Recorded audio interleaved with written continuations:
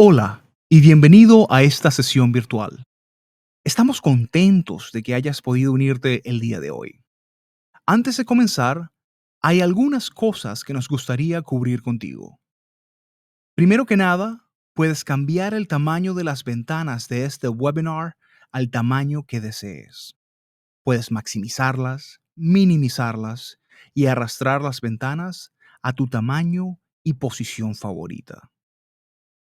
Si observas la parte baja y al medio de tu pantalla, podrás hacer clic a las diversas opciones que vas a necesitar para sacar el mayor provecho de esta experiencia virtual. Algo que debes de saber es que tenemos a especialistas de Microsoft listos para responder a tus preguntas en tiempo real. Así que siéntete libre de escribir tus preguntas usando la ventana de preguntas y respuestas. Y con mucho gusto las responderemos tan pronto como podamos. Por último, te hemos suministrado algunos recursos adicionales para complementar tu aprendizaje. Puedes accederlos haciendo clic en los enlaces en esta sección. Sin más que agregar, le cedo la palabra a nuestros oradores. Bienvenidos a la parte 2 de este evento Microsoft Azure Training Day Fundamentals. En esta sección vamos a cubrir los últimos 3 módulos de este curso, comenzando con el módulo sobre seguridad y seguridad de red. Luego avanzaremos a los temas de identidad, gobierno de la plataforma, privacidad y cumplimiento normativo. Y cerraremos este evento hablando sobre los temas de administración de costos en Azure y los acuerdos de nivel de servicio. Vamos a comenzar con el módulo 4. En el módulo 4 vamos a revisar conceptos generales de seguridad en Azure y conceptos generales sobre seguridad de redes en la plataforma. Así que bienvenidos nuevamente y comencemos con el módulo 4.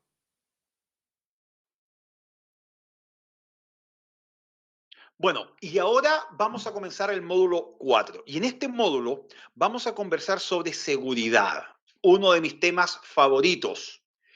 Y en Azure hay bastante que cubrir sobre seguridad. Tenemos Security Center, tenemos cómo protegemos los recursos, tenemos que aprender sobre el Key Vault, vamos a ver conceptos muy básicos y generales sobre Sentinel, vamos a ver también los hosts dedicados dentro de Azure. Y luego vamos a entrar en la seguridad de la red, vamos a hablar de la defensa en profundidad, vamos a hablar de los grupos de seguridad de red, vamos a hablar de protección contra ataques de denegación de servicio. A nivel de herramientas y características de seguridad de la plataforma, vamos a hablar del Azure Security Center, vamos a hablar de Sentinel, vamos a hablar del Key Vault y vamos a hablar sobre los hosts dedicados en Azure. Y el Security Center es fundamental en la estrategia de seguridad si están utilizando Azure.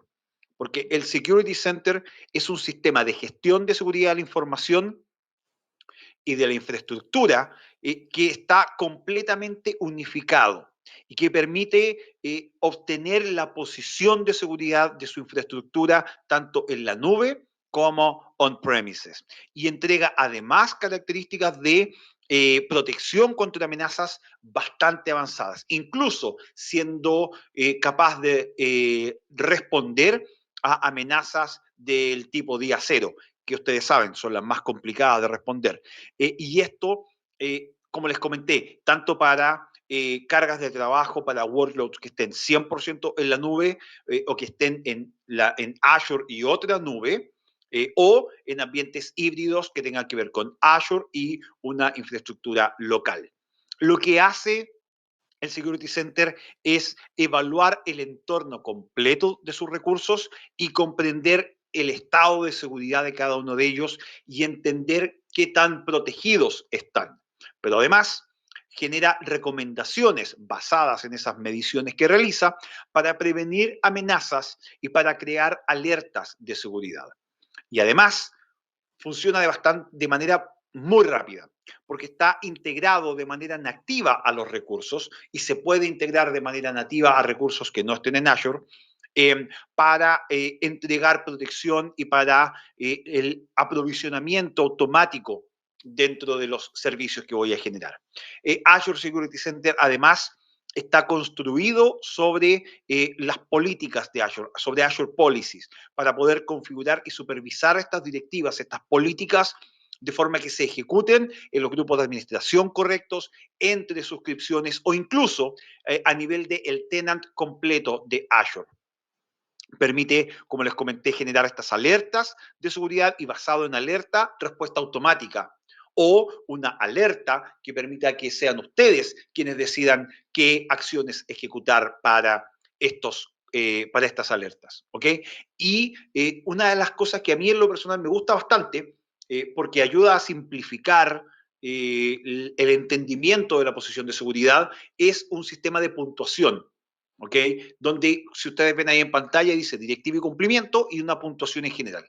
Significa que ese 41% yo estoy cumpliendo con aproximadamente 15 de 37 puntos de seguridad específicos. Ahora, la gran ventaja que tengo en ese aspecto es que si yo pincho donde dice revisar su puntuación de seguridad, si yo hago clic sobre revisar su puntuación de seguridad, me va a decir qué controles tengo implementados ya, me va a decir qué controles me falta implementar. Y para esos controles que me falta implementar, me va a dar la información necesaria para saber cómo implementarlo. Y eso es muy valioso, porque de nada me sirve a mí que me digan implemente multifactor authentication en su tenant para todos sus usuarios si no me dicen cómo hacerlo. No tengo por qué saber hacerlo, no tengo por qué conocer cuáles son los controles de la ISO 27001, por ejemplo, o cómo se implementan, pero la plataforma me va a ayudar a saberlo.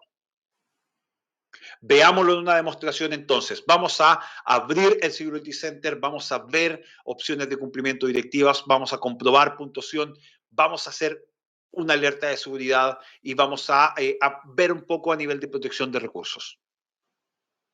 Acá tenemos entonces el Security Center. Esto es parte de Azure, no necesitan abrir nada fuera del portal. Y hay varias cosas que son bien interesantes acá en el Security Center. Lógicamente, una de las primeras que llama la atención es el Secure Score. Y voy a partir por el Secure Score. El Secure Score es una puntuación de seguridad asociada a mediciones que están alineadas con estándares tanto de Microsoft como de la industria, ¿ok? Y son puntuaciones en realidad que se refieren a mejores prácticas que nosotros debiéramos tener o controles de seguridad que nosotros debiéramos tener dentro de la plataforma, ¿ok? En este caso yo tengo un puntaje bajísimo, tengo un 7% de cumplimiento. Ahora, no es necesario que ustedes lleguen al 100% de cumplimiento, eso es muy importante. Esto es un indicador para que ustedes mejoren su situación o su estado de seguridad. No es obligación que lleguen al 100% porque hay muchos de los controles que posiblemente no aplican para ustedes o hay controles adicionales que aplican para ustedes que sustituyen algún control que puede aparecer acá. Entonces, voy a seleccionar mi suscripción y acá, si se fijan, me da un resumen nuevamente del puntaje que tengo, el estado de las recomendaciones, cuántos controles tengo completos y cuántas recomendaciones tengo completas, el estado de salud de los recursos que tengo dentro de la suscripción y aquí abajo los controles y sus recomendaciones. Entonces, una de las primeras es habilitar Multifactor Authentication, autenticación multifactor. Me dice que yo ya tengo completo el control que dice habilitar en las cuentas que tienen permisos de escritura, pero no lo tengo completo para las cuentas que tienen permisos de administración en la suscripción. ¿Ok? Esta es una suscripción de demo, entonces por eso no está habilitado, por si acaso. En producción, preocúpense de siempre cumplir con ese control. ¿Qué otra recomendación me da? Asegurar los puertos de administración. Nosotros creamos varias máquinas virtuales y dentro de esas máquinas virtuales yo dejé abiertos los puertos. El puerto RDP, el puerto 80, ¿cierto? Entonces, lo que me dice acá es, las máquinas que estén publicadas hacia el Internet deben estar protegidas con un Network Security Group. Todas las máquinas están dentro de un Network Security Group, afortunadamente. Pero me dice que los puertos de administración deben estar cerrados en las máquinas virtuales. Bueno, pero si los puertos de administración están cerrados, entonces ¿cómo administro? Hago clic en el control, entonces me da una descripción y me dice, tener los puertos abiertos de las máquinas virtuales es un riesgo alto a ataques basados en Internet. Por ejemplo, ataques del tipo fuerza bruta. ¿Cómo lo puedo remediar entonces? ¿Cerrando los puertos? Claro, esa es una opción, pero en realidad no puedo cerrar los puertos. ¿Qué es lo que me dice entonces? Que o cierre efectivamente todos los puertos o que mejore la regla aplicando un rango de IPs eh, eh, menos permisivo. Entonces, mantengo abierto, por ejemplo, el puerto 3389 en todas mis máquinas, pero solo para un rango de IPs que yo conozco y eso permite que sea mucho más seguro. ¿Cómo lo tengo que hacer? Lo puedo hacer manualmente o lo puedo hacer utilizando una lógica que está acá. ¿Ok? Esto no lo voy a hacer porque genera un código, genera una plantilla, eso toma tiempo, la verdad no es muy rápido que digamos, em, pero yo lo puedo hacer de manera automática. ¿Ok? Ahí tenemos una recomendación entonces. ¿Qué otra recomendación tenemos acá? Remediar las vulnerabilidades. ¿Qué vulnerabilidades tengo? Aplicar, por ejemplo, la seguridad de los datos avanzada en mis servidores SQL Server, hacer un assessment de vulnerabilidades en mis servidores de base de datos, hacer un assessment de vulnerabilidades en mis máquinas virtuales. Y en este caso, si se fijan, me dice las vulnerabilidades encontradas en las máquinas virtuales deben ser remediadas, pero aquí no aplica. ¿Por qué? Porque no he hecho el assessment aún. No voy a hacer los assessment ahora porque, como les digo, eso toma tiempo y por temas de tiempo que tenemos para esta sesión y además no entra en el examen. Pero si se fijan, son muchos controles y acá abajo me dice, hay uno que ya tengo completado, que es habilitar Azure Defender en todas mis máquinas, en mis servidores, en mis app service, en mis bases de datos SQL, en los servidores que tengan SQL, en los contenedores, en las cuentas de almacenamiento, etc. ¿Ok? Entonces ya estoy cumpliendo con ese control, ya está listo, no tengo que hacer nada más. Y si se fijan acá, me dice que no necesito aplicar protección contra ataques del tipo DDoS porque no estoy utilizando ningún recurso que pueda ser atacado en este momento. ¿Se fijan? Eso en relación al Security Score. Después tengo acá abajo el Azure Defender, que es la solución de anti-malware basada en la nube y que está aplicada a todos mis recursos, si se fijan. Completamente cubiertos, 12 recursos de 12 en total. 6 máquinas virtuales. No tengo configurado el acceso just in time, esa es una característica que permite que yo pueda acceder a la máquina virtual por un periodo acotado de tiempo durante un periodo del día que yo determine. Entonces, por ejemplo, las máquinas virtuales en Azure no van a poder ser accedidas por RDP si no es en horario hábil dentro de un cierto rango de IPs conocidas y por ciertos usuarios. Todo eso yo lo puedo configurar con Just-in-Time VM Access. De nuevo, no es parte del examen, pero es bueno que lo vayan conociendo. ¿Qué otras cosas tengo acá? El inventario. El inventario me va a mostrar qué máquinas virtuales o qué recursos están siendo monitoreados y qué recursos ya tienen habilitado Azure Defender. ¿Ok? Y tengo recomendaciones nuevamente. Entonces, ¿qué es lo que puedo hacer acá? Puedo ver el recurso, y acá en el recurso las recomendaciones específicas y el estado de esto. Entonces, de nuevo, me repite, los puertos, por favor, Felipe, los puertos de administración, eso es importante, es una recomendación de criticidad alta.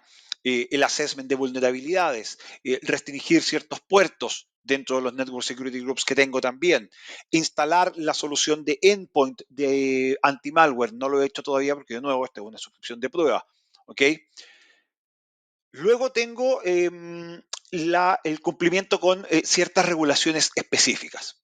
Y si se fijan, acá para mis recursos, yo ya tengo ciertos controles que he cumplido y otros que no he cumplido. En el caso de la ISO 27001, ya tengo 4 de los 20 controles.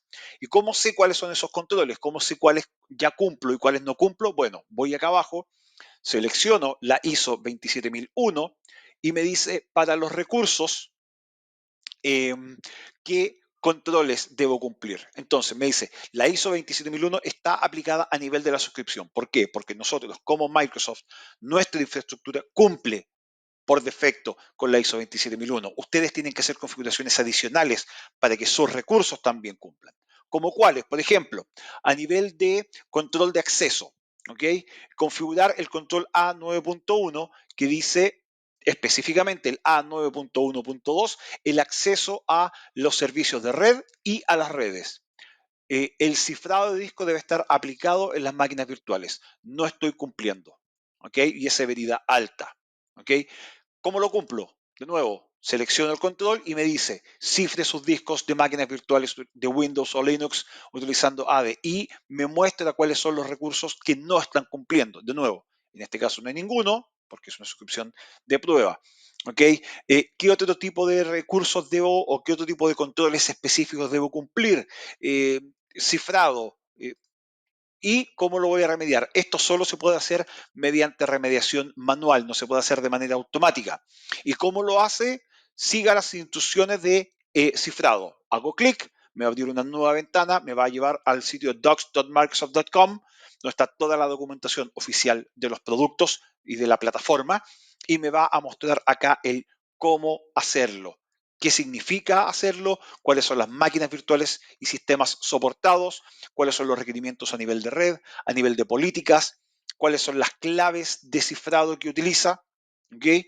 Y me muestra tutoriales o pasos a pasos de cómo realizarlo. ¿Se fijan? Entonces, esa es una de las ventajas del Security Center a mi modo de ver, que no solo les dice esto está fallando, sino que les dice en detalle cómo arreglarlo. Es una herramienta bastante útil, sobre todo si les gusta la seguridad. Hay un curso y un examen que son el AZ500, que es el de seguridad sobre Azure, donde lógicamente ahí se tocan mucho más en profundidad los temas de Security Center y seguridad global dentro de la plataforma. Y si ustedes están interesados, los insto a que lo tomen. Ahora volvamos volvamos a la presentación. Como les comenté anteriormente, entonces, las capacidades principales del Security Center son estar basados sobre controles en Azure Policy para poder configurar y supervisar las directivas de manera de yo estar claro y tranquilo de que se están ejecutando de manera correcta. Las alertas de seguridad permiten recopilar, analizar e integrar los datos de los recursos de Azure, por ejemplo, a nivel de protección de endpoints o a nivel de firewall, para detectar las amenazas. Y luego me muestra un listado con las alertas y me permite generar información rápida para investigar el incidente y para remediar el incidente. La puntuación de seguridad constantemente está evaluando esto para que así yo pueda conocer los resultados de manera simple, de manera inteligente. Me da una medición. ¿Ok? Y finalmente está la protección de seguridad de recursos, donde yo voy a poder ver recomendaciones, voy a poder ver la visibilidad del estado de seguridad a nivel de procesamiento, de aplicaciones, de redes, etcétera. Y todo esto englobado en una sola plataforma. La gran ventaja que tiene el Azure Security Center está, como les decía, en el cumplimiento de directivas, pero en las recomendaciones personalizadas. Eso para mí es un diferenciador sobre otras soluciones, porque la plataforma, al tener ciertos componentes de inteligencia artificial y de machine learning en su infraestructura subyacente, permite que entienda el Security Center cómo yo estoy utilizando esos recursos, cuál es mi comportamiento habitual en esos recursos y basado en eso entregarme recomendaciones de seguridad. Eso es extremadamente útil, porque no es una recomendación genérica, sino que es una recomendación basada en mi entorno personalizado. Y una funcionalidad, una característica, un producto que cada vez nos están pidiendo más información sobre él, es el Azure Sentinel. Azure Sentinel se encarga de la gestión de la información de seguridad. Es un SIEM y tiene características de respuesta automatizada. ¿Qué me permite esto? Tener análisis en tiempo real y tener inteligencia en tiempo real contra amenazas sofisticadas en la nube. ¿De qué se encarga Azure Sentinel? Azure Sentinel se encarga primero de recopilar los datos de los usuarios, de los dispositivos, de las aplicaciones y de mis componentes de infraestructura pueden ser locales en Azure o en otras nubes. A partir de esos datos que recopila, es capaz de detectar amenazas, pero además tiene un motor, como les comenté, de inteligencia artificial que permite disminuir al máximo la cantidad de falsos positivos. Ahora, siempre van a haber falsos positivos y eso es algo bueno. Yo prefiero 1000 veces que la plataforma me alerte sobre algo que terminó siendo un falso positivo a que la plataforma no me alerte sobre algo que efectivamente era una amenaza. Y después de recopilar y detectar la información, lo que hace es investigar las amenazas. Y una de las cosas que a mí en lo personal, cuando vi las primeras demostraciones de Sentinel, me gustó mucho la capacidad que tiene de rastrear las actividades sospechosas. O sea, es capaz de hacer un seguimiento de dónde vino el archivo, de dónde vino la solicitud, de dónde podría venir el ataque. Y eso me permite responder de manera rápida y automática ante los incidentes. ¿Ok? Otra de las grandes ventajas que tiene Azure Sentinel es que se conecta y se integra con Microsoft 365, con Azure Active Directory, con Advanced Threat Protection y con Cloud App Security. Cada uno de ellos se encarga de cosas distintas. Bueno, Microsoft 365, ustedes saben, es la suite de productividad en la nube. Eh, Azure Active Directory es el servicio de directorio, lo vamos a ver un poco más adelante, no se preocupen. Azure Advanced Threat Protection es la suite anti-malware de Microsoft y Cloud App Security se encarga de las tareas de manejo de seguridad a nivel de aplicaciones o servicios que yo tenga en la nube. Por ejemplo, me permite bloquear ciertas aplicaciones o ciertos servicios de terceros para evitar fuga de información. ¿Okay? Funciona bastante bien en conjunto con la solución de DLP de la plataforma. Otro factor fundamental dentro de la seguridad en Azure es el Key Vault. El Key Vault es un almacén para secretos. Estos secretos pueden ser claves, pueden ser certificados, puede ser cualquier secreto, puede ser una cuenta, puede ser cualquier secreto, como les decía, respaldado por un módulo de seguridad de hardware, un Hardware Security Module, HCM. La ventaja que tiene esto es que me permite almacenarlos de manera centralizada, manteniendo control sobre ellos, manteniendo una sola ubicación para estos secretos que van a permitir que mi posición de seguridad sea mucho más robusta de lo que sería tener estos secretos, estas claves o certificados almacenados en distintos servicios o en distintos servidores o en distintas ubicaciones de mi infraestructura.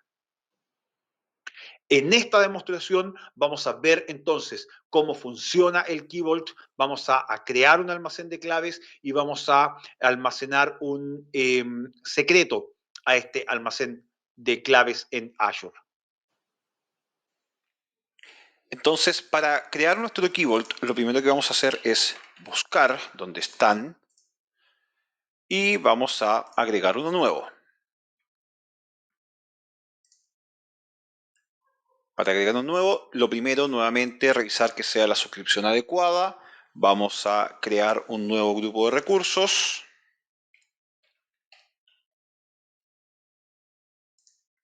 Y le vamos a dar un nombre.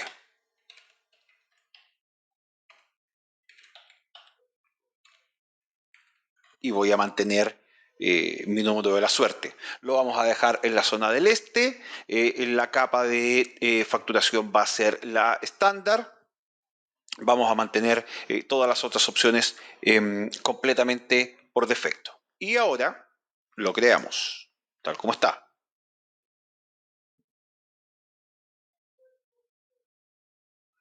Esperamos que termine entonces la validación. Y ya cuando la validación esté lista y comience la creación, después vamos a ir a verlo y ver algunas opciones y vamos a generar ahí, vamos a agregarle un secreto a este Key Vault.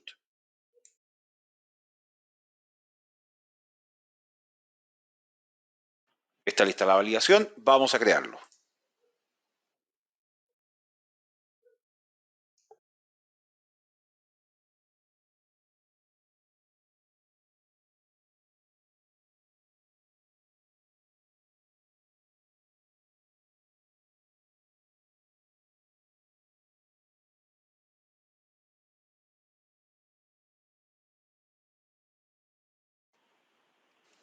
El despliegue ya se inició. Ahora vamos a esperar que termine. Listo. El despliegue ya está completado. Vamos ahora al recurso. Y si se fijan, tenemos un nombre de DNS, que es el que vamos a utilizar para que nuestras aplicaciones se puedan conectar a este Key Vault y poder ir a buscar los secretos. Los secretos van a estar acá. Yo tengo las claves que pueda crear, tengo los distintos tipos de secretos, puedo generar o importar secretos, restaurar respaldos también, ojo con eso, y la generación o la importación de certificados, la administración de los certificados. Además, puedo manejar aquí también las políticas de acceso, puedo manejar también ciertas propiedades de red, como por ejemplo los firewalls o las conexiones desde endpoints que yo quiera ir revisando. Pero lo que vamos a hacer ahora es agregarlo. Vamos entonces a un secreto y vamos a generarlo. ¿Qué tipo de secreto vamos a hacer? Hagamos una contraseña.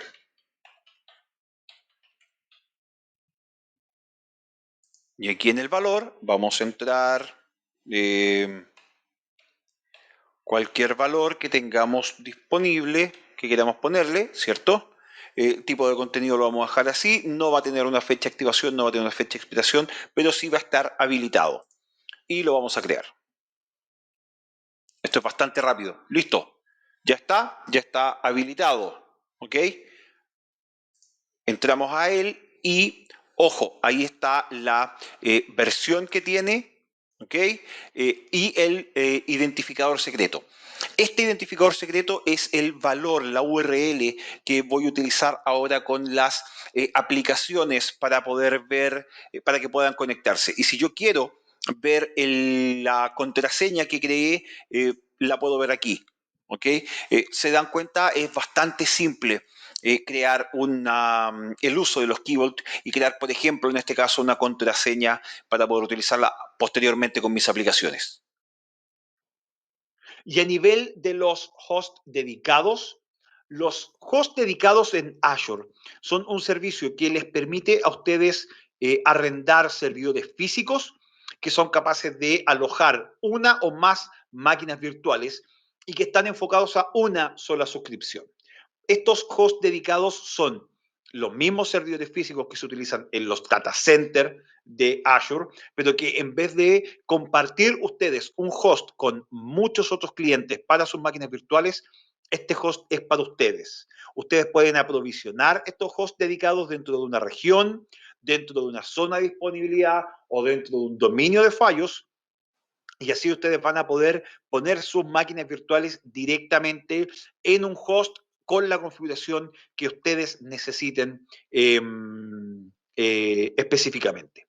¿Tiene ciertas limitaciones? Sí, tiene ciertas limitaciones, como por ejemplo que no puedo utilizar los Virtual Machine Scale Sets en hosts dedicados. ¿Okay? Esa es como la limitación que existe. Ahora, a nivel de beneficios, tiene muchos, sobre todo, de nuevo, a nivel de seguridad. ¿Por qué? Porque el principal beneficio que tiene es la aislación que tiene del hardware a nivel del servidor. No van a haber otras máquinas virtuales de otros clientes u otros usuarios en sus hosts dedicados. Eso está garantizado. Los hosts dedicados se implementan en los mismos centros de datos, dentro de la misma red y la misma infraestructura que los otros hosts que no están dedicados. Pero ese hardware es para ustedes. Además, ustedes van a tener control sobre los eventos de mantenimiento. Ahora, en general, para ustedes como usuarios de Azure, y si es que ya lo están usando, las ventanas de mantenimiento pasan y ustedes no se dan cuenta. Cuando se actualiza un servicio, cuando se actualiza un recurso, cuando se actualiza una máquina virtual. La plataforma está pensada de esa forma, pero ustedes podrían tener algún requerimiento especial para pausar. Los hosts dedicados están alineados con Azure Hybrid Benefit, con esta capacidad que tenemos hoy y esta característica que tenemos hoy de que ustedes, si es que están utilizando licenciamiento original de Microsoft, lógicamente, con Software Assurance y con Hybrid Benefit para Windows y para SQL Server pueden llevarse sus licencias desde on-premises hacia la nube e instalarlas en estos hosts dedicados. A nivel de la conectividad de red, esto es fundamental, esto es importantísimo y lógicamente esta es una preocupación para todos nuestros clientes en la nube. La red. Vamos a hablar aquí de la defensa en profundidad, de los Network Security Groups o grupos de seguridad de red. Vamos a hablar un poco del firewall y vamos a hablar de DDoS Protection, protección contra ataques de denegación de servicios distribuidos. ¿Ok? Vamos a partir con la defensa en profundidad.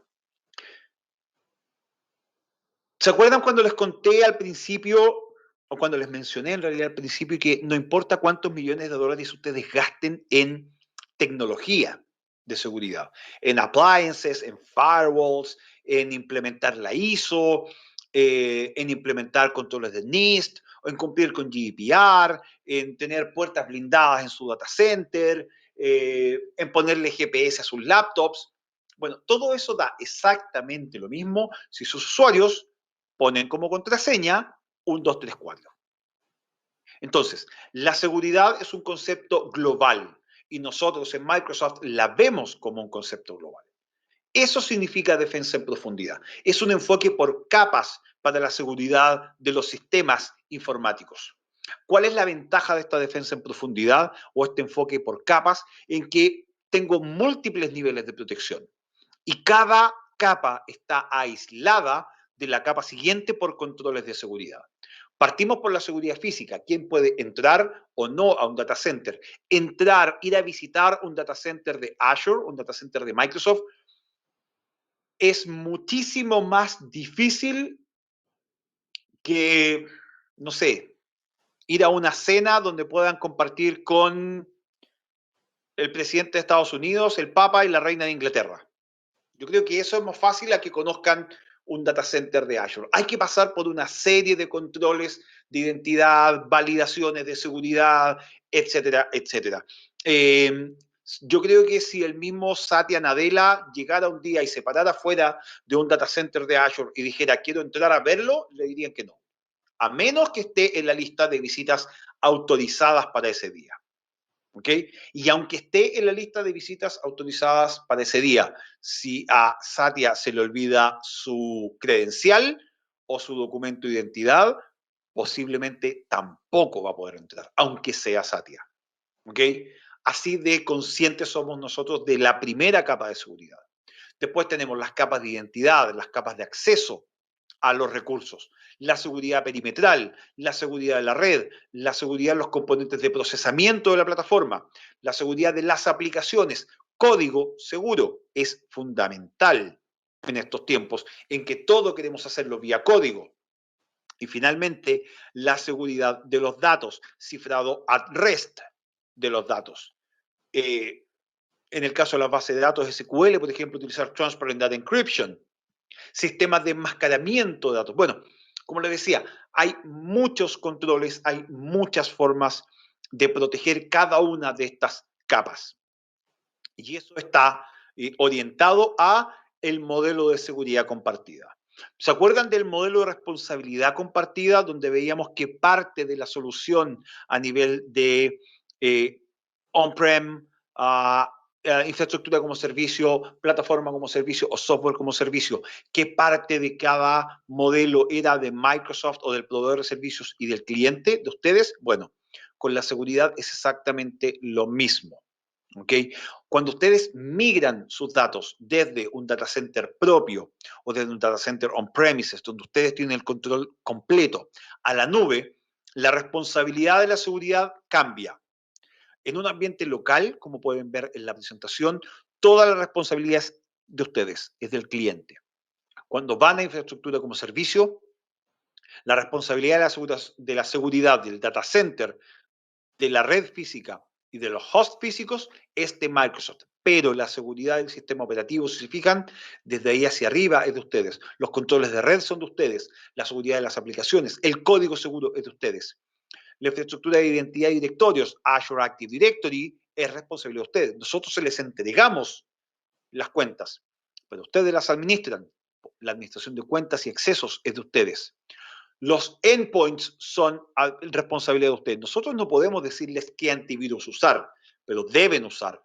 Y finalmente, el gobierno de datos y la administración de los derechos de uso también es de ustedes. Y así se va mezclando. Fíjense que en PaaS y en SaaS hay seguridad compartida incluso a nivel de componentes. No es tan lineal. No es que por ejemplo, infraestructura de identidad y directorios sea responsabilidad solo de Microsoft o solo del cliente. Es compartida. ¿Por qué? Porque hay ciertos controles que tiene que ejecutar Microsoft por obligación para cumplir con ciertas normativas internamente, pero igualmente ustedes van a tener que cumplir con otra parte de esos controles.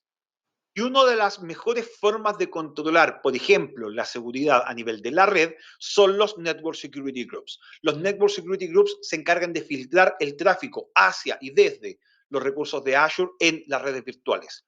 Yo aquí voy a poder establecer reglas de entrada y salida que voy a poder configurar, por ejemplo, por rango de direcciones IP, por puerto, por protocolo, origen y destino. Sí, yo sé lo que están pensando. Esto es un firewall. No, esto no es un firewall. Y ojo, pregunta de examen, diferencia entre Network Security Groups y firewall. Fíjense en la definición. La voy a leer, aunque no me gusta leer las diapositivas al pie de la letra, pero lo voy a hacer. Los Network Security Groups filtran el tráfico de red hacia y desde los recursos de Azure en redes virtuales de Azure. Si yo necesito controlar puertos, reglas, eh, allow, deny ciertas conexiones específicas a recursos específicos en Azure, utilizo Network Security Groups. Ahora, ¿el firewall sigue existiendo? Absolutamente. Y es complementario a los Network Security Groups. ¿Ustedes pueden elegir uno u otro? Sí, pero no se los recomiendo. Úsenlos de manera complementaria, porque el firewall sigue siendo un filtro de red, pero para proteger los recursos de la red. Vamos a la definición nuevamente. Un firewall como servicio es, es administrado y tiene estado, o sea, es stateful, y otorga o deniega el acceso a recursos al servidor basado en la dirección IP de origen para proteger los recursos de la red. Fíjense que aquí no habla de un recurso en una red, sino que los recursos de la red. Ahí está la diferencia. El firewall es seguridad perimetral. El NSG es seguridad dentro de la suscripción, en la capa de los recursos propiamente tal. ¿Ok? Yo puedo poner reglas también de filtrado para tráfico entrante y saliente. Ahora, una de las ventajas que tiene el firewall de Azure específicamente es que la alta disponibilidad está incorporada dentro del servicio, no tiene un valor adicional. El firewall de Azure es altamente disponible. Fin. No tienen que configurar nada para hacerlo altamente disponible. Tampoco tienen que hacer nada para configurar su escalabilidad ilimitada. Y otra cosa que es muy importante es que utiliza el registro del Azure Monitor para registrar cada uno de los eventos que va detectando. Ahora, esto a nivel de seguridad de la red. A nivel de seguridad de las aplicaciones, existe también el firewall de aplicaciones web, el WAF. Y el WAF es un sistema de firewall pensado en aplicaciones web específicamente. ¿Ok? Y está incorporado dentro del Application Gateway de Azure. Y otra de las cosas que a mí en lo personal me gusta mucho es esto. Cada día este tipo de ataques es más común. Cada día los ataques distribuidos de denegación de servicio son más frecuentes. Y Azure viene con una capa de protección contra ataques DDoS incluida en la plataforma. No tienen que ustedes que configurar nada adicional. ¿Ok? Hay una capa basic, una capa free de denegación de servicio, de protección contra denegación de servicio. ¿Ok? Va a permitir corregir el tráfico antes de que afecte la disponibilidad del servicio. Como les decía, el servicio básico se habilita automáticamente. Ustedes generan un recurso y ese recurso ya está protegido contra ataques de este tipo. Ahora, si ustedes suben a la capa de servicio estándar, van a tener ciertas capacidades de mitigación automáticas que están ajustadas específicamente para un recurso dentro de su solución, si quieren hacerlo así, van a tener más granularidad a la hora de poder configurar la respuesta automática, por ejemplo, a un ataque de denegación de servicio. Pero el hecho de que la plataforma ya lo traiga incorporado de manera gratuita en la capa básica es un tremendo avance. Volvemos a la defensa en profundidad. ¿Por qué? Para resumir los componentes que hemos visto. Si yo quiero de verdad preocuparme de la seguridad en profundidad, de nuevo, la recomendación es usen Azure Firewall y usen los Network Security Groups en conjunto. Ahora, por favor, fíjense muy bien en cómo configuran las reglas del firewall y las reglas de los NSGs, ¿ok? De los Network Security Groups. ¿Por qué? Para que no tengan conflicto entre reglas, eso es importante.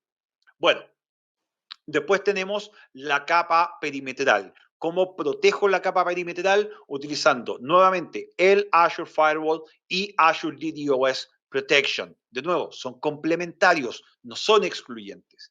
Y si yo quiero configurar ya a nivel de solo capa de red, bueno, puedo utilizar los Network Security Groups para controlar el tráfico de entrada y salida mediante reglas personalizadas para cada grupo o para cada recurso. En esta demostración lo que vamos a hacer entonces es configurar una máquina virtual, vamos a crear un NSG, vamos a generar reglas de entrada y reglas de salida dentro de la máquina virtual. Entonces, en esta demostración lo que vamos a hacer es partir creando una máquina virtual. Voy a seleccionar Windows Server 2016, esto es igual como lo hemos hecho antes. Vamos a crear un nuevo grupo de recursos. El nombre del grupo de recursos va a ser MyRG Secure. ¿Ok? Hacemos clic en OK. El nombre de la máquina virtual, esta va a ser una Simple Win VM, una máquina virtual simple con Windows. Cambiamos la región para mantener lo que he estado haciendo antes. Ocupamos Windows Server 2019 y voy a cambiar nuevamente el tamaño de la máquina virtual simplemente porque me gusta hacerlo. Vamos a generar el nombre del usuario administrador. Vamos a generar la contraseña para este usuario administrador. Confirmamos la contraseña. Y acá viene la diferencia con lo que hemos hecho antes, porque voy a seleccionar que no haya ningún puerto entrante. ¿Ok? No va a haber ningún puerto entonces accesible desde la internet. Voy a volver a cambiar el disco, simplemente porque es una demo y prefiero usar disco mecánico. Y acá en red otro cambio. No voy a seleccionar que haya ningún Network Security Group. Esto, si bien la advertencia me dice que me va a generar un posible riesgo de seguridad, recuerden que anteriormente yo seleccioné que no haya ningún puerto entrante. ¿Ok? En el tab de administración voy a sacar el diagnóstico cuando inicie la máquina virtual. Vamos a hacer la revisión. Y mientras esperamos que esto pase, que deberá ser bastante rápido, esperemos. ¿Ok? Ahora vamos a Create. Y aquí vamos a crear la máquina virtual. Comienza el despliegue. Vamos a esperar que ocurra el despliegue de la máquina virtual. ¿Ok? Recuerden que una de las ventajas de ver acá es que me permite ir viendo cómo se va desplegando la máquina virtual. Me permite ir viendo el detalle de cada uno de los componentes de la máquina virtual a medida que se van creando.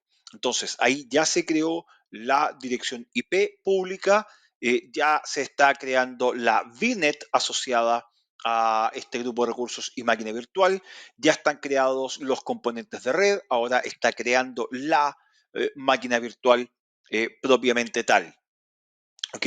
Así que aquí vamos a darle unos segundos más, un minuto más, para que esto termine de crear. Recuerden que esto es súper importante. Generalmente crear una máquina virtual normal, estándar, dentro de Azure toma aproximadamente 3 minutos. Ese es el tiempo promedio que toma crear una máquina. Hay algunas que son más rápidas y otras más lentas.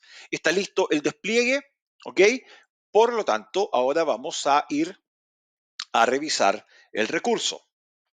Y una vez que estamos en el recurso, ahí está, la máquina está andando, voy a ir a redes. Y acá en redes, si se fijan, reglas entrantes de puertos, ninguna. ¿Ok? Reglas salientes de puerto, ninguna. Entonces, lo que voy a hacer ahora es configurar esto para poder conectarme a la máquina virtual. Eso es lo que tenemos que intentar hacer, ¿cierto? Por lo tanto, voy a ir a generar los Network Security Groups. Voy a crear un nuevo grupo de seguridad de red. Voy a, en este caso, crear nuevamente un grupo de recursos. No, mejor voy a seleccionar el que ya tengo, donde ya tengo la máquina virtual. Hagámoslo más simple. Ahora voy a darle el nombre al Network Security Group. Voy a cambiar la zona donde está, la misma zona de la máquina virtual, y luego simplemente revisar y crear.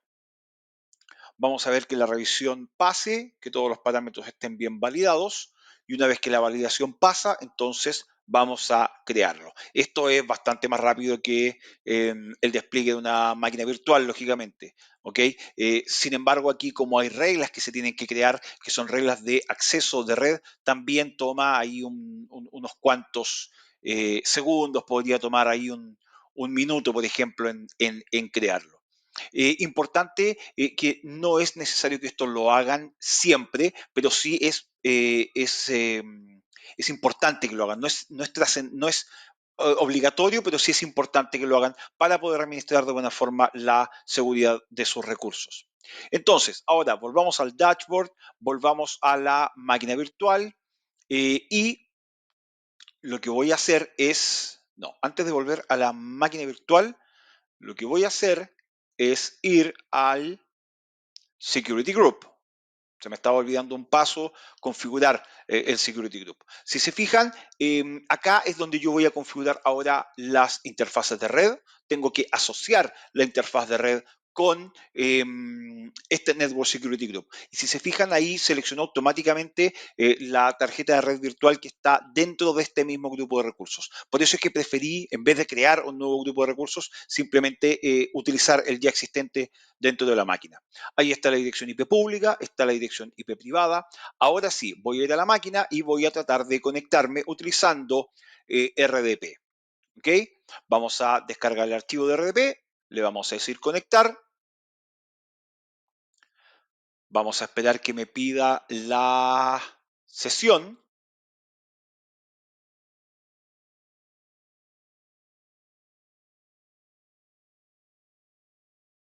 Ajá. Bueno, me dice que no puedo conectarme. ¿Por qué no puedo conectarme? Porque si bien configuré un Network Security Group y ya asocié la tarjeta de red a este Network Security Group, no abrí el puerto. No configuré los puertos a los cuales voy a dar acceso desde Internet hacia la máquina virtual. Y eso es lo que tengo que hacer ahora. Entonces, ¿ok? Eso es un paso bastante importante, ¿ok? No basta con crear el Network Security Group. Entonces, ahora sí, lo que voy a hacer es agregar el puerto. Si se fijan, tiene un deny all de puertos entrantes, salvo el 65.000 y el 65.001. Entonces, vamos a crear una nueva regla de seguridad, pero en el Security Group. Esta regla de seguridad, vamos a decirle que lo va a crear al puerto 3389 en el protocolo TCP. La acción va a ser permitir. La prioridad la voy a cambiar a 300. ¿Ok? Vamos a cambiar el nombre y le voy a poner simplemente allow RDP, permitir RDP. Le decimos agregar, esto toma segundos simplemente en crear esta nueva regla. ¿Ok? Vamos a esperar un par de segundos más. Vamos que se puede, ahí está. La regla ya está creada. Ahora voy a volver al overview, voy a decirle connect de nuevo, voy a volver a descargar el RDP. ¿Podría usar el anterior? Sí, podría, pero está más fácil hacerlo desde acá. Le vamos a decir conectar. Y ahora sí, si se fijan, automáticamente me conectó, ya me dio el pase, ahora ingreso las credenciales, simplemente le digo que sí a la autorización y ahí está. Así de sencillo es entonces, ahí ya estoy conectado en RDP, así de sencillo es entonces el generar una regla de seguridad utilizando los Network Security Groups, que puedo usarlas además para otros recursos que estén dentro de mi infraestructura de Azure. Y para cerrar este módulo 4, ya como resumen, vimos el Azure Security Center y la protección de los recursos, pudimos ver el Key Vault, pudimos ver y aprender sobre Sentinel, conocimos los hosts dedicados, vimos el concepto de defensa en profundidad y vimos los componentes de protección contra ataques distribuidos de denegación de servicio. Con esto estamos cerrando entonces el módulo 4. Vamos a comenzar ahora con el módulo 5, que cubre los ámbitos de identidad, gobierno de la plataforma, privacidad y cumplimiento normativo. Y en este módulo 5 vamos a ver entonces en profundidad ciertos temas asociados a también la seguridad, pero más orientados a la identidad, el gobierno, la privacidad de los datos y el cumplimiento de las normativas. En este módulo vamos a hablar sobre los servicios de identidad en Azure. Vamos a hablar sobre funcionalidades de gobierno en Azure, como por ejemplo Role-Based Access Control, las políticas, los bloqueos, los blueprints y las etiquetas. Y luego vamos a hablar de las declaraciones de privacidad de Azure y de cómo como plataforma les ofrecemos a ustedes capacidades para cumplir con normativas específicas de distintas entidades, gobiernos o regiones, como por ejemplo GDPR.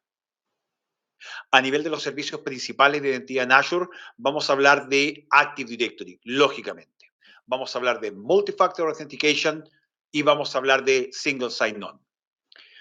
Lo primero que tenemos que entender cuando hablamos de identidad es la diferencia entre autenticación y autorización. Si no conocemos de memoria esta diferencia, entonces todo lo que venga después se nos va a hacer mucho más complejo. La autenticación es la identificación de la persona o el servicio que está intentando acceder a un recurso. El proceso de autenticación se realiza mediante la solicitud de credenciales que sean, lógicamente, legítimas. Y es la base, como les explicaba, para generar principios de identidad y controles de acceso. Si queremos llevarlo al mundo real, al mundo normal, es como que yo llegue, les golpee la puerta de la casa y ustedes pregunten quién es. Y yo les diga, soy Felipe. Ok, ¿Felipe qué? Felipe Zúñiga. Ok, demuéstrame que eres Felipe Zúñiga. Sí, yo te estoy diciendo que soy Felipe Zúñiga. Ok, pero ¿tienes cómo comprobar que eres Felipe Zúñiga? Sí, yo te estoy diciendo que soy Felipe Zúñiga. Bueno, ahí no me estoy autenticando. Ahora, si a la pregunta de ustedes, ¿te puedes identificar como Felipe Zúñiga? Yo muestro, por ejemplo, mi documento de identidad, mi cédula, mi DNI, mi licencia de conducir, depende del país donde se encuentren, mi pasaporte, por ejemplo. Ajá, ahora sí puedo validar que efectivamente es Felipe Zúñiga la persona que está golpeando la puerta y me van a abrir la puerta. Pero después, una vez que ya entré, bueno, ¿qué puedo hacer en la casa de ustedes? Y ahí viene el proceso de autorización, porque la autorización va a determinar el nivel de acceso de una persona o de un servicio que ya se autenticó. Por lo tanto, es la autorización la que me va a permitir saber a mí como usuario dónde puedo acceder, a qué sistemas puedo acceder, a qué datos voy a poder acceder y más importante aún, qué voy a poder hacer con esos datos. Volvamos al ejemplo de la vida real. Ya me autentiqué, les mostré mi pasaporte y ustedes validaron que fuera Felipe Zúñiga. Perfecto, me abrieron la puerta. Entré a su casa. Posiblemente entré a la sala de estar. Bueno, una vez que entro a la sala de estar, ¿significa que automáticamente puedo ir a dormir a la cama de ustedes? Estoy seguro que no. ¿Ok? Entonces, ustedes me van a autorizar para que, por ejemplo, yo me quede en la sala de estar. Posiblemente me van a autorizar a que vaya al refrigerador y pueda sacar una bebida o prepararme un café o tomarme una cerveza. Y si me voy a quedar a alojar ahí, bueno, habrá una pieza de invitados y un baño de invitados para que yo vaya. pero no creo que les guste que yo me meta a su dormitorio, a su baño y les use, por ejemplo, su crema de afeitar y su máquina. Además de lo insalubre que es eso, no lo haría. Créanme que no lo haría. Pero se fijan, esa es la diferencia entre autenticar y autorizar. La autenticación, yo soy quien digo ser. La autorización, ¿qué puedo hacer ahora que ya saben quién soy yo? Y para eso, además, hoy en día es cada día más importante tener mecanismos de autenticación que sean de múltiples factores. La autenticación multifactor es seguridad adicional para las identidades. ¿Por qué? Porque permiten utilizar dos o más elementos para que la autenticación sea completa. En general, se habla de algo que sé, algo que tengo y algo que soy. ¿Qué es algo que sé? Por ejemplo, mi nombre de usuario, mi contraseña. ¿Qué es algo que poseo? Un teléfono móvil, por ejemplo, donde ustedes me manden una segunda solicitud de autenticación. Y algo que yo soy, bueno, mi huella digital o un lector de iris o un lector de reconocimiento facial que valide que efectivamente esa persona que yo digo ser sea yo. Entonces, lógicamente, mientras más capas de autenticación tenga, un poco más complejo es el acceso a los sistemas, pero siempre va a ser más seguro. Y la verdad es que este tipo de servicios de autenticación multifactor tampoco toma mucho tiempo. Yo hace mucho tiempo que utilizo autenticación multifactor, soy un poco paranoico también, lo reconozco, por lo tanto yo tengo autenticación multifactor para todas mis cuentas.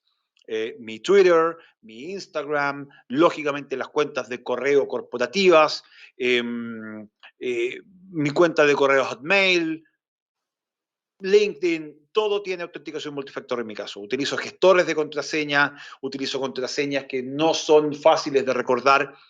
Si ustedes me preguntan hoy cuál es mi contraseña de Twitter o de LinkedIn, no me la sé. Mi gestor de contraseña se la sabe. Y para yo poder recuperar mi contraseña y ponerla en la página de LinkedIn, tengo que primero abrir sesión en el gestor de contraseña y luego autenticarme con la huella digital, por ejemplo, en mi teléfono.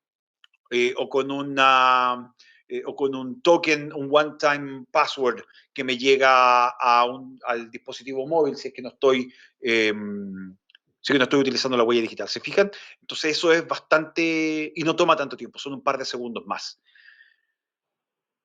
Azure Active Directory es la base de la pirámide a nivel de servicios de identidad dentro de Azure y dentro de los servicios de la nube de Microsoft. Microsoft 365 también utiliza Azure Active Directory. Entonces, algo que tienen que saber desde ya, y por favor, esto, no importa si alguien les dice lo contrario, ustedes créanme, de verdad, Azure Active Directory no es lo mismo que Active Directory Domain Services. No funcionan igual y posiblemente no van a poder reemplazar Azure Active Directory Domain Services no van a poder reemplazar Active Directory Domain Services con Azure Active Directory. ¿Por qué? Porque Active Directory Domain Services es una estructura jerárquica, ¿ok? Es un LDAP, básicamente. Por lo tanto, tiene profundidad, tiene niveles. Yo tengo las unidades organizacionales y tengo políticas de grupo que yo aplico a esas unidades organizacionales. En cambio, en el caso de Azure Active Directory es un servicio plano, es una estructura de directorio plana, donde yo tengo usuarios, grupos y dispositivos, y a los cuales les puedo aplicar políticas, pero no tengo unidades organizacionales, no tengo OUs en Azure Active Directory. Ahora, va a depender del tipo de políticas de grupo que ustedes utilicen en su Active Directory para controlar ciertas cosas en Azure Active Directory y que están asociadas cada vez más parejas a lo que hacen las políticas de grupo. ¿Ok? Ahora, Azure Active Directory se encarga de la autenticación de los usuarios, pero además tiene capacidad de inicio de sesión único, de single sign-on. ¿Ok? Además, permite la administración de las aplicaciones. Vamos a hablar de RBAC un poco más adelante. Vamos a hablar de acceso condicional un poco más adelante.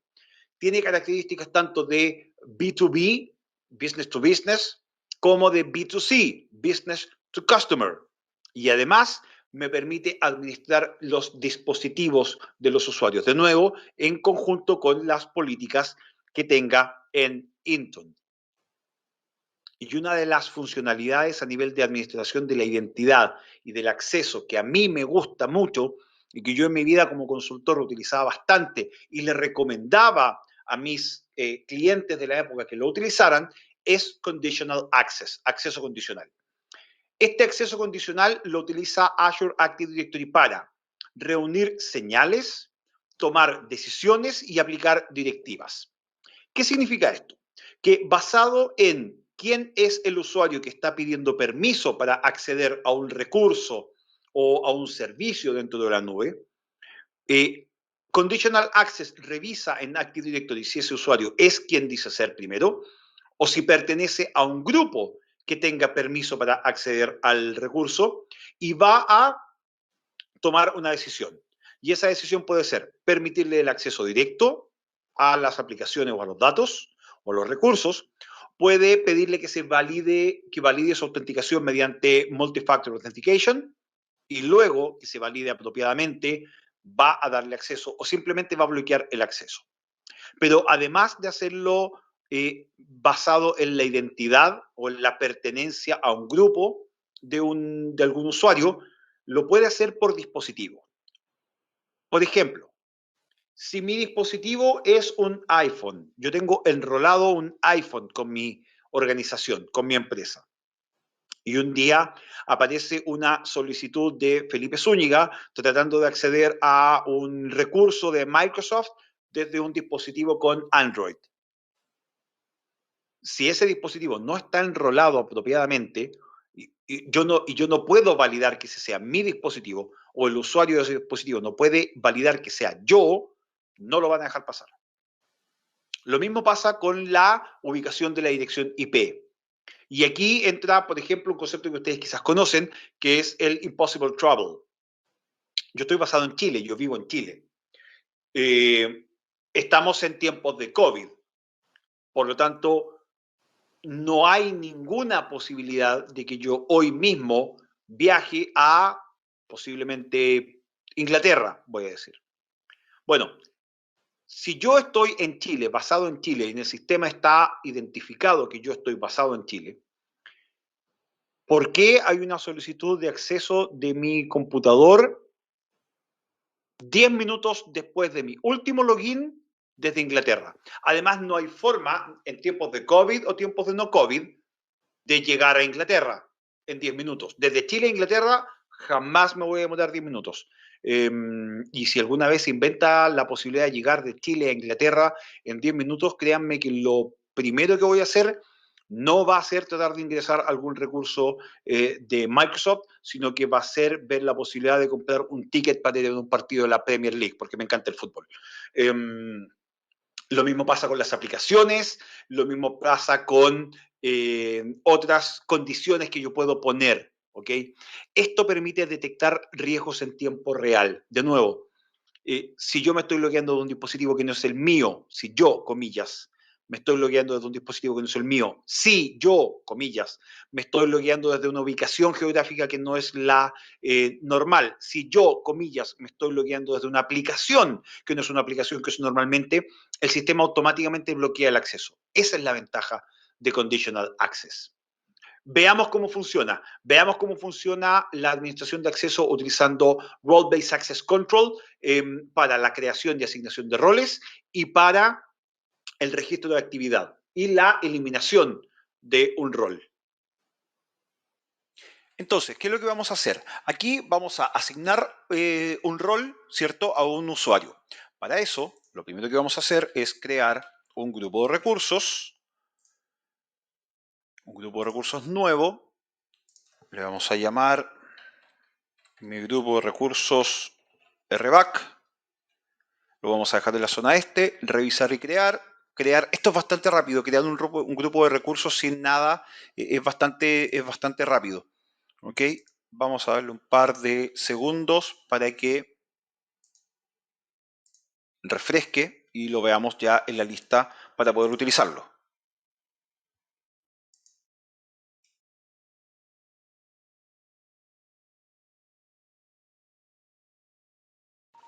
Ahí está. Entonces, ahora vamos al grupo de recursos y para poder trabajar con RBAC lo que vamos a hacer es ir donde dice control de acceso, IAM. ¿Ok? Y acá yo puedo ver una revisión de los accesos, dependiendo de los usuarios, la asignación de roles, denegación de asignaciones, administradores clásicos y finalmente los roles. Y aquí en los roles ustedes se pueden dar cuenta, el listado es bastante grande. Están los roles típicos, estaban aquí arriba, el owner, contributor, reader, pero hay otros roles más abajo que tienen distintas funcionalidades y que son muy específicos. Y esa es una de las ventajas de ocupar RBAC para el manejo de las identidades, los permisos y los roles. Porque, por ejemplo, yo puedo tener un usuario que solo es lector de operaciones de respaldo. Él va a poder ver los respaldos, los servicios, pero no va a poder realizar cambios sobre las operaciones de respaldo, no va a poder modificar respaldos. Lo mismo, por ejemplo, el lector de la facturación. Él va a poder revisar la facturación. Un auditor, por ejemplo, podría necesitar este rol para poder revisar la facturación de la empresa. Y así tenemos muchos tipos de roles distintos dentro de la plataforma. Esto está muy bueno, la verdad, muy bueno. Eh, pero lo que vamos a hacer es asignar un usuario. Eso lo hacemos en asignación de roles, agregar. Vamos a agregar una asignación a un rol. Vamos a elegir el rol de contribuyente a máquina virtual. Este rol de contribuyente a máquina virtual permite que yo pueda administrar las máquinas virtuales, pero no voy a tener acceso a las máquinas virtuales, ni voy a poder modificar otros objetos de la máquina, como por ejemplo la red o la storage account. ¿Ok? Y acá voy a agregarme yo, ¿correcto? Y vamos a guardar. Vamos a agregar el rol entonces.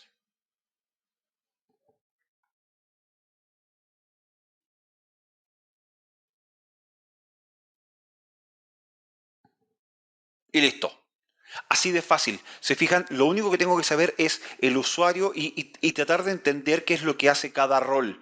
Y con eso voy a poder facilitar mucho la experiencia de administración de las identidades dentro de la plataforma. Y a nivel de las metodologías de gobierno en Azure, entonces vamos a hablar de lo que es el control de acceso basado en roles, Role-Based Access Control, una funcionalidad de Azure que a mí me simplificó y me facilitó la vida con mis clientes en mi época de consultor. Vamos a hablar del bloqueo de recursos, vamos a hablar de las etiquetas, de las políticas, de los blueprints y el Cloud Adoption Framework para Azure.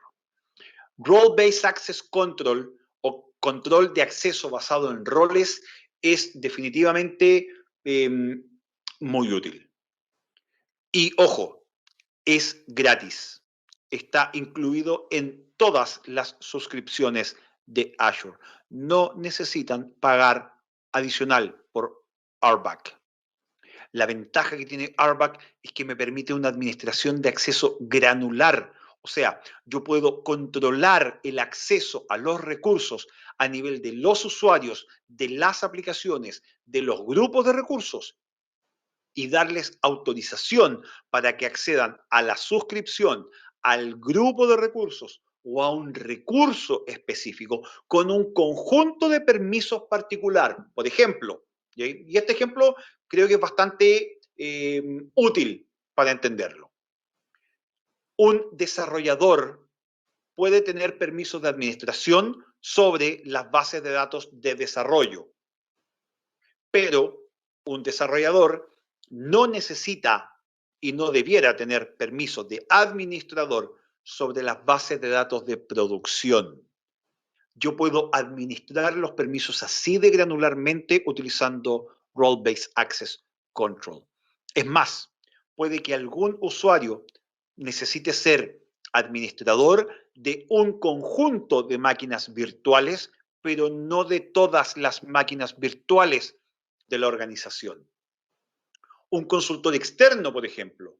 Yo puedo generar un grupo de permisos para consultores externos que tengan acceso solo a las máquinas virtuales, solo a las bases de datos, solo a los recursos en Azure a los cuales ellos debieran tener acceso y no a mi infraestructura completa. Ni siquiera van a ver los otros recursos que están. No les van a aparecer en la pantalla. Por lo tanto, Role-Based Access Control me permite simplificar muchísimo la administración de los usuarios. Y los bloqueos de recursos también ayudan para proteger recursos de una eliminación o modificación accidental o intencional. ¿Ok? Hace varios meses atrás, casi un año incluso atrás, se dio un caso que fue bastante público, de una empresa donde despidieron a un operario del área de TI que tenía permisos de administración sobre ciertos recursos de la organización eh, y descontenta esta persona por su despido, borró los recursos de la organización. Así de simple. Borró y se fue. ¿Okay? Se pueden imaginar el caos que eso generó. Para su tranquilidad, esos recursos no estaban en Azure, ¿ok? Hay que ser completamente honesto. No estaban en Azure. En Azure, ustedes pueden eh, generar estos bloqueos, ¿ok? Pueden generar un bloqueo que permita que los recursos no se modifiquen, no se puedan eliminar, a menos que ustedes lo permitan. En esta demo vamos a ver cómo administramos esos bloqueos, cómo los creamos, cómo probamos, vamos a probar la eliminación de un recurso y después vamos a ver cómo queda este registro. Bien, entonces vamos a crear primero un nuevo grupo de recursos para comprobar cómo funcionan los bloqueos. ¿Ok? Creamos el grupo de recursos, mantenemos la región, estamos listos para crear. Listo. El grupo de recursos ya está creado. ¿Ok? Vamos a darle un par de segundos para que refresque.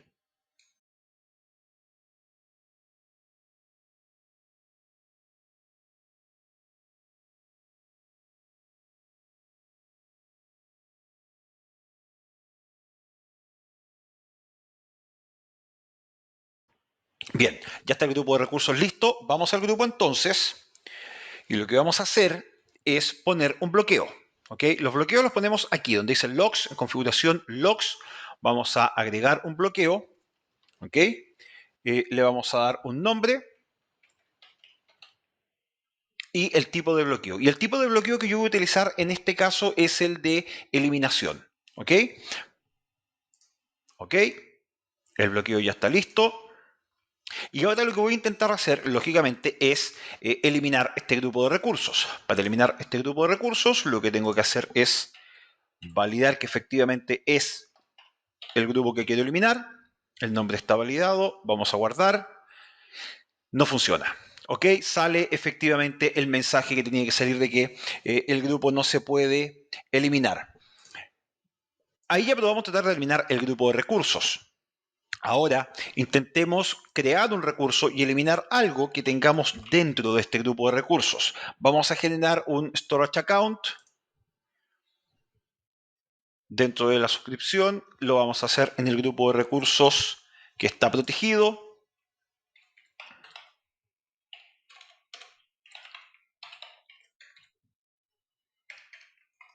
A ver si funciona.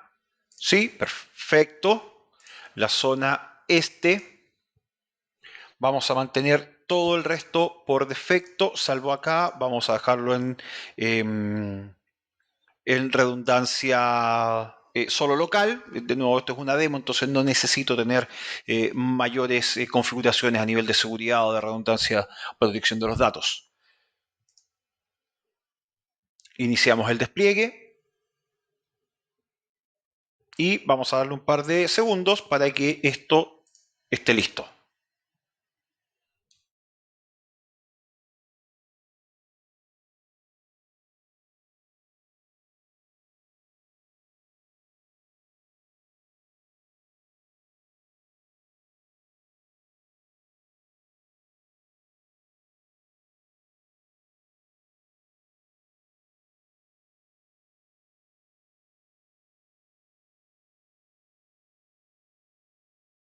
Bien, ya está listo, vamos al recurso y lógicamente lo que tenemos que intentar aquí es ver si podemos eliminarlo.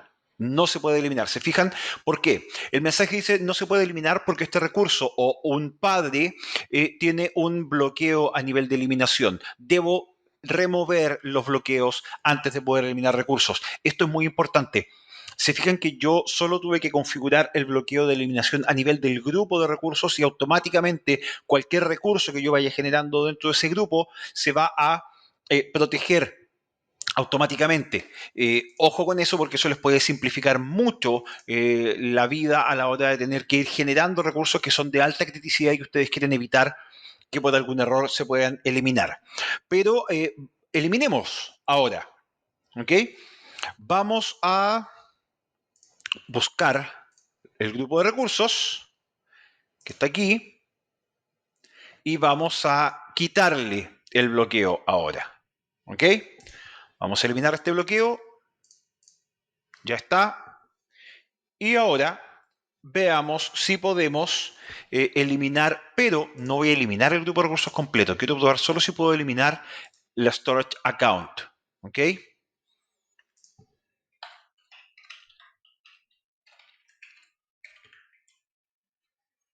Y eliminar. Ya pasó la validación, eso ya es un indicador. Y me dice que se pudo eliminar correctamente el storage account. ¿Se fijan? Entonces el tema de los bloqueos es bastante útil y nos sirve bastante para proteger ciertos recursos críticos que tengamos a nivel de nuestras suscripciones. Característica que es muy útil para mantener el gobierno apropiado dentro de la suscripción o dentro de los recursos son las etiquetas. Y las etiquetas van a permitir generar metadata para todos los recursos en Azure y organizar lógicamente los recursos en una taxonomía que ustedes pueden definir completamente a su criterio, según sus necesidades específicas. Esto consiste en un par nombre y valor. Como pueden ver en el ejemplo de la pantalla, yo puedo generar un nombre del propietario de un recurso y asignárselo a un usuario, o cuál es el departamento que está a cargo de ese recurso, o ese recurso sirve para qué departamento en particular, o por ejemplo, qué entorno es de ese recurso. Esa máquina virtual es de producción, es de desarrollo o es de testeo, de pruebas. ¿Para qué sirve esto? Para poder, por ejemplo, manejar información a nivel de la facturación, si es que ustedes tienen distintos centros de costo dentro de la organización. Pero también para permitir asignar permisos, por ejemplo. De nuevo, tienen una etiqueta que es entorno, donde puede ser desarrollo, pruebas y producción. Llega un nuevo desarrollador y ese desarrollador solo tiene que tener recursos, o sea, solo tiene que tener permisos, perdón, de administración sobre los recursos del área de desarrollo. Entonces, yo hago una búsqueda basada en la etiqueta de todos los recursos que sean del área de desarrollo y puedo generar un rol específico para esos desarrolladores. Es bastante útil. Y están las políticas. ¿Recuerdan cuando hablamos de Security Center, que el Security Center está basado en estas políticas de Azure? Bueno, las políticas de Azure permiten cumplir con estándares corporativos y con los acuerdos de nivel de servicio mediante el uso de las definiciones de directivas y puedo aplicar reglas y puedo generar efectos a estas reglas para el uso con mis recursos de Azure. Me va a permitir evaluar e identificar los recursos que tengo en Azure que cumplan o que no cumplan con las directivas y voy a poder generar definiciones de directivas, definiciones de políticas que sean además integradas, tanto para temas de almacenamiento, de redes, de procesamiento, de seguridad o de supervisión.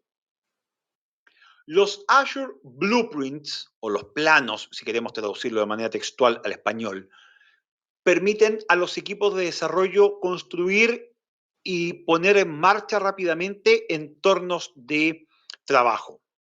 No es lo mismo un blueprint que una política, por favor.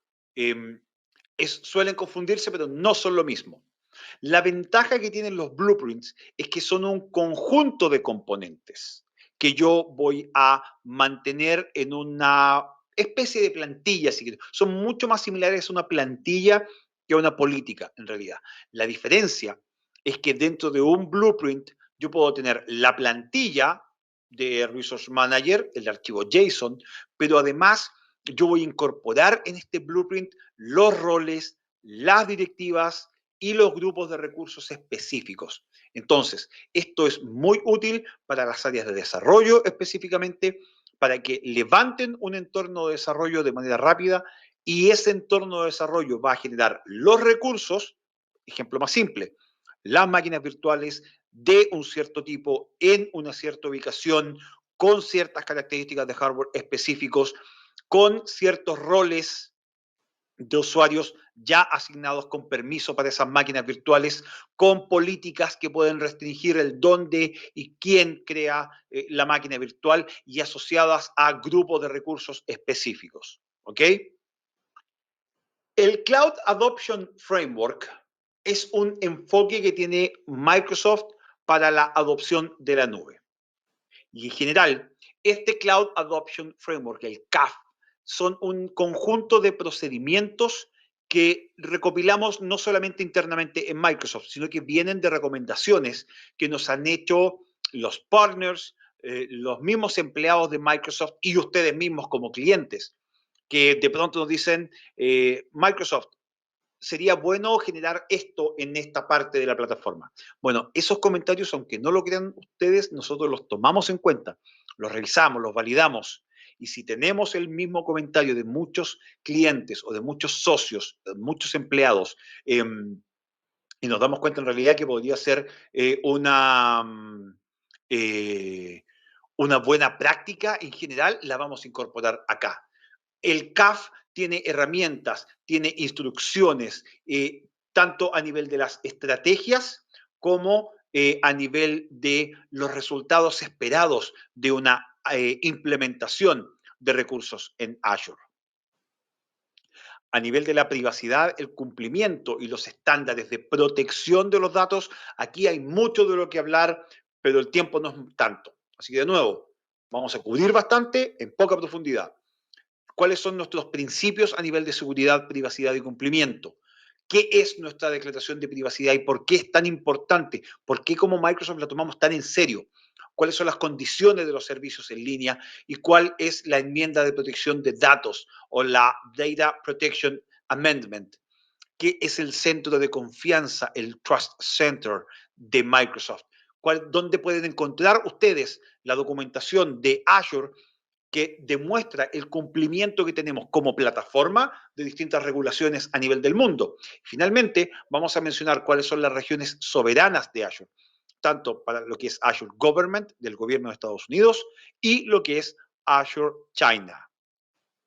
A nivel de seguridad, privacidad y cumplimiento, aquí hay conceptos importantísimos. Primero, como Microsoft tenemos incorporada la seguridad por diseño. Pudimos ver en el Security Center que hay capacidades y tenemos capacidades para responder a amenazas de manera automatizada y de manera rápida. Bueno, esas mismas capacidades que ocupamos nosotros internamente las hacemos disponibles para ustedes y ayudamos a protegerlos a ustedes como clientes contra ciberamenazas que sean conocidas o desconocidas, las Day Zero. ¿Cómo lo logramos? Mediante la automatización de tareas y mediante el uso de inteligencia artificial y machine learning para detectar comportamientos anómalos en la plataforma o en los servicios. Segundo pilar fundamental es la privacidad. Nos comprometemos a la privacidad de los datos que ustedes almacenan en nuestra plataforma. ¿Cómo lo hacemos? Mediante contratos, mediante acuerdos que entregan completo control y transparencia del uso de los datos a ustedes, a los usuarios. Nosotros no vendemos los datos, no compartimos los datos, no le damos acceso a entes gubernamentales a los datos, a menos que hayan órdenes judiciales apropiadas y correspondientes.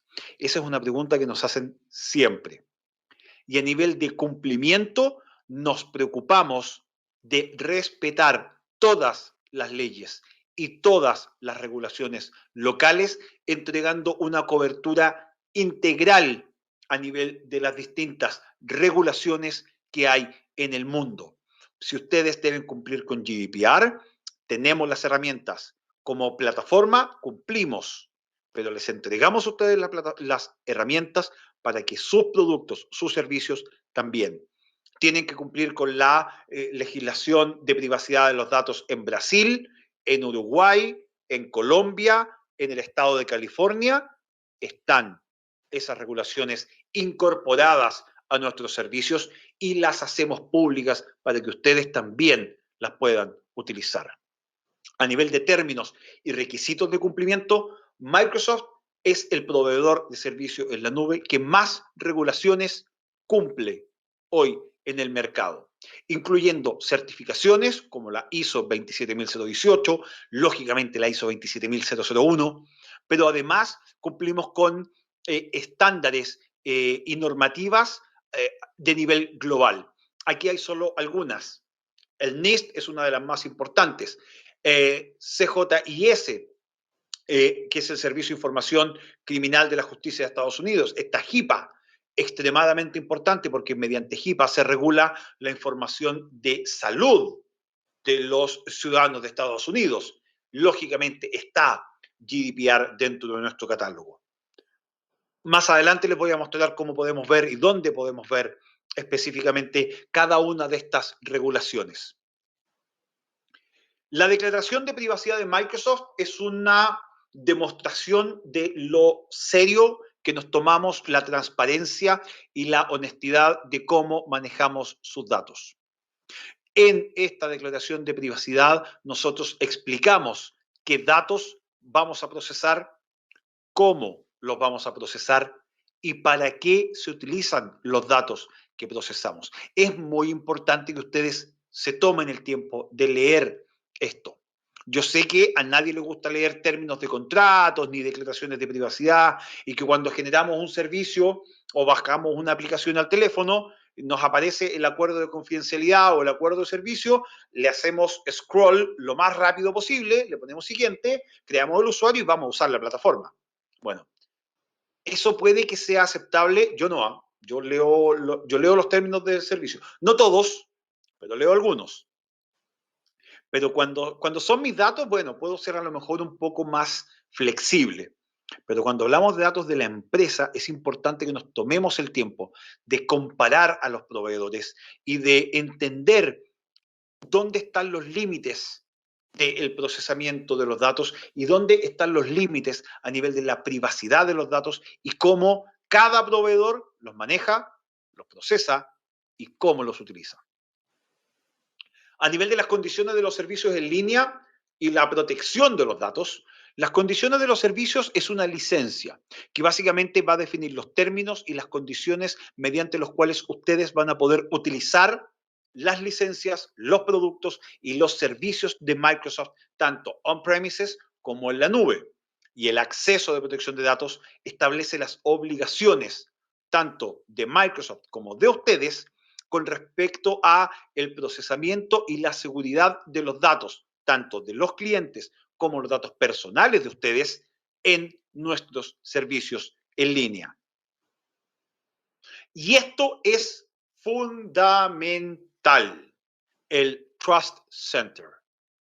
Porque es en el Trust Center, un sitio web que está en la página de Microsoft, que lo vamos a ver un poco más adelante, donde yo voy, lo cual encuentro maravilloso.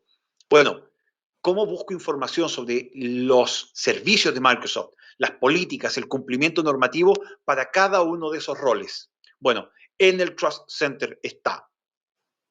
En esta demostración, entonces, vamos a ver el Trust Center, vamos a entrar al portal de confianza y al Compliance Manager para ver todo lo que les mostré anteriormente. Entonces, para poder ver el Trust Center, vamos a buscar el Microsoft Trust Center.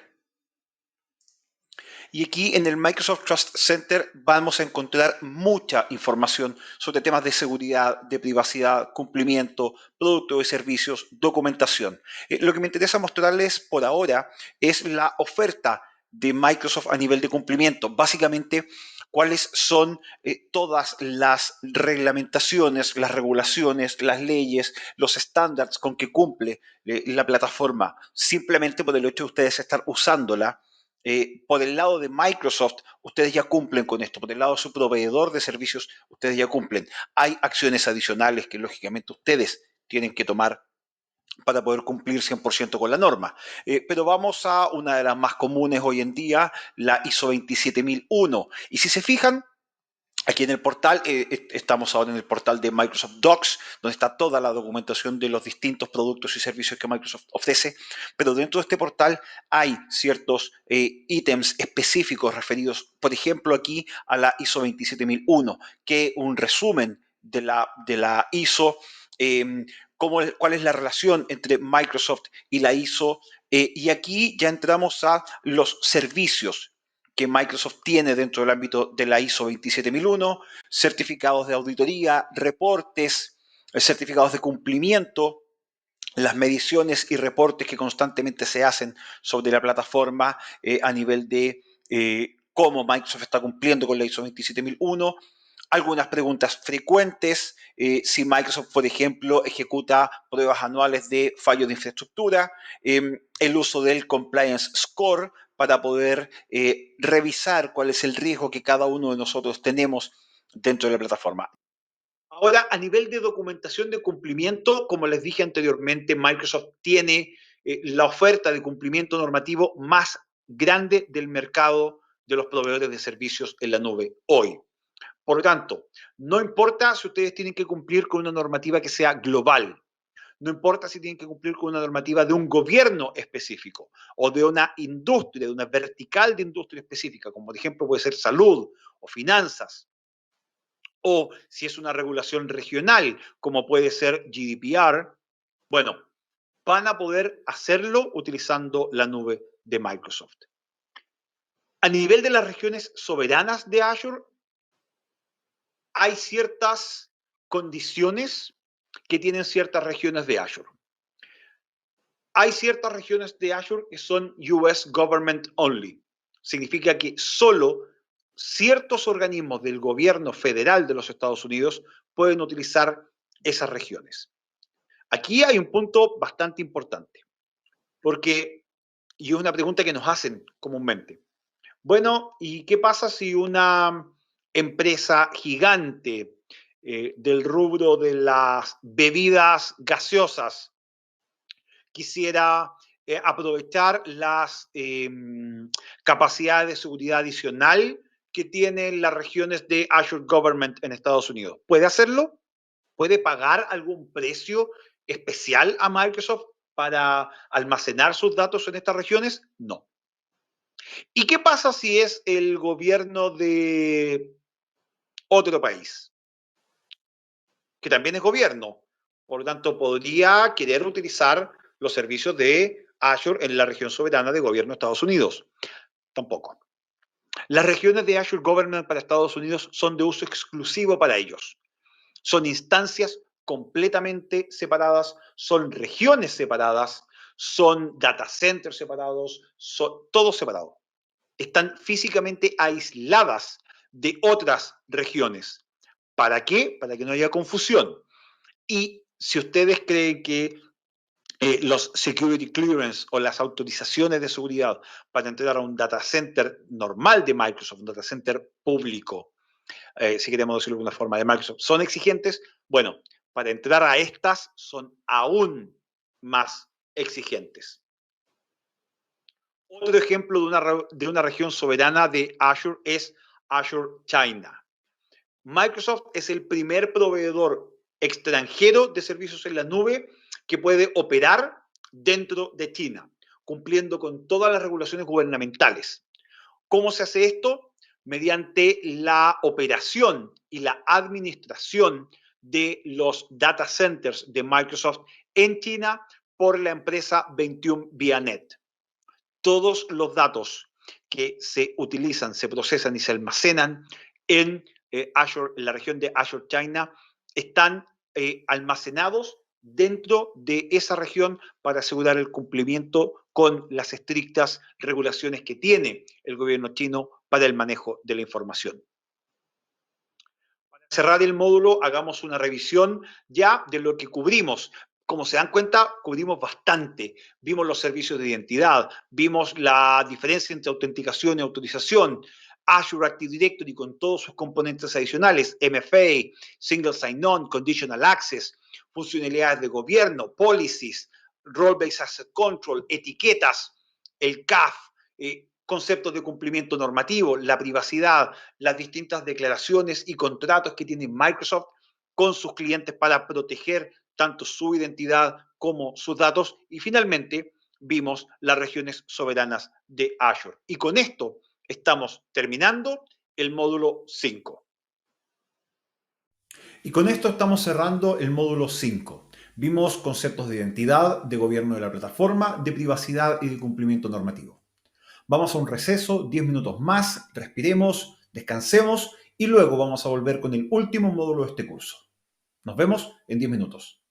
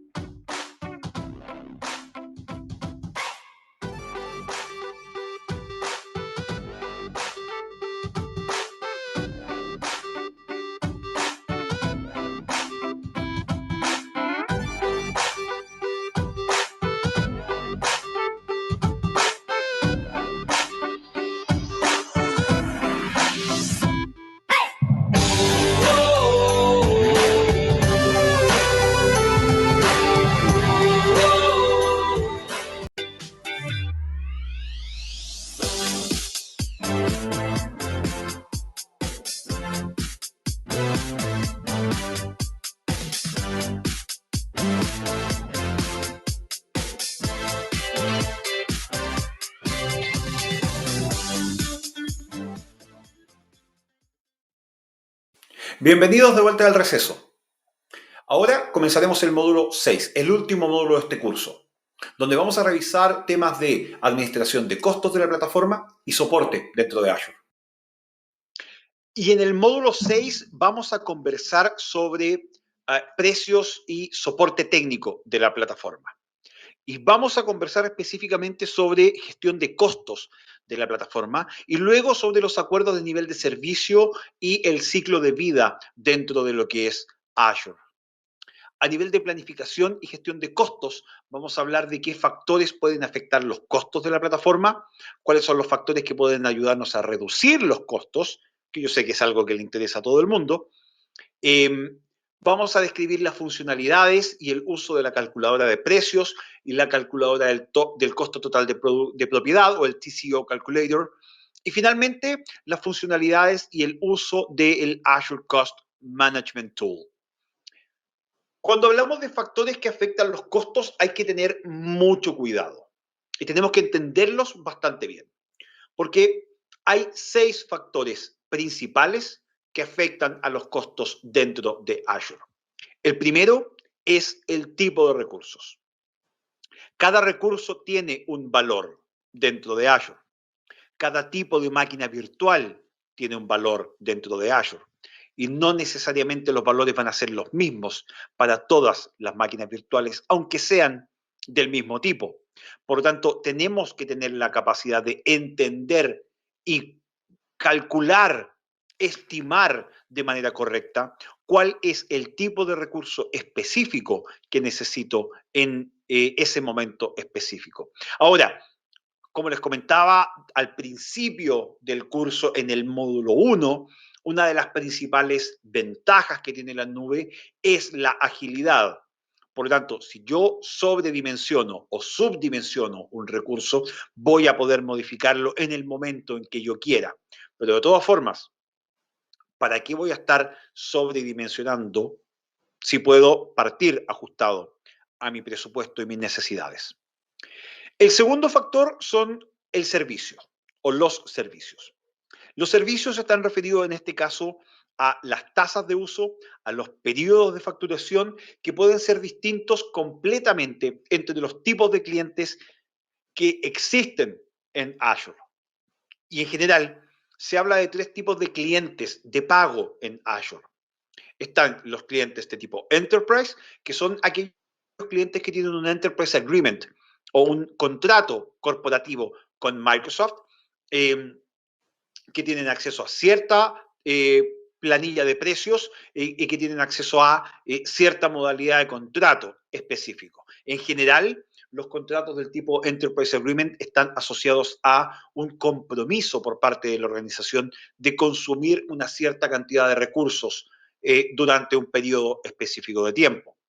En cambio, los clientes que contratan vía WebDirect o con su tarjeta de crédito corporativa, o con su tarjeta de crédito, perdón, directamente a través del sitio de Azure, tienen otra metodología de costos, tienen otros periodos de facturación y tienen otras ventajas que no tienen los clientes de Enterprise. Y finalmente están los servicios contratados vía CSP o Cloud Solution Providers.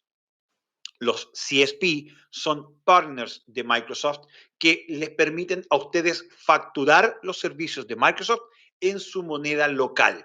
Eso también es muy importante a la hora de afectar los costos, porque en WebDirect, por ejemplo, ustedes van a pagar con una tarjeta de crédito en dólares o en la moneda en que esté la ubicación de su tenant. Para América Latina, la gran mayoría es dólares.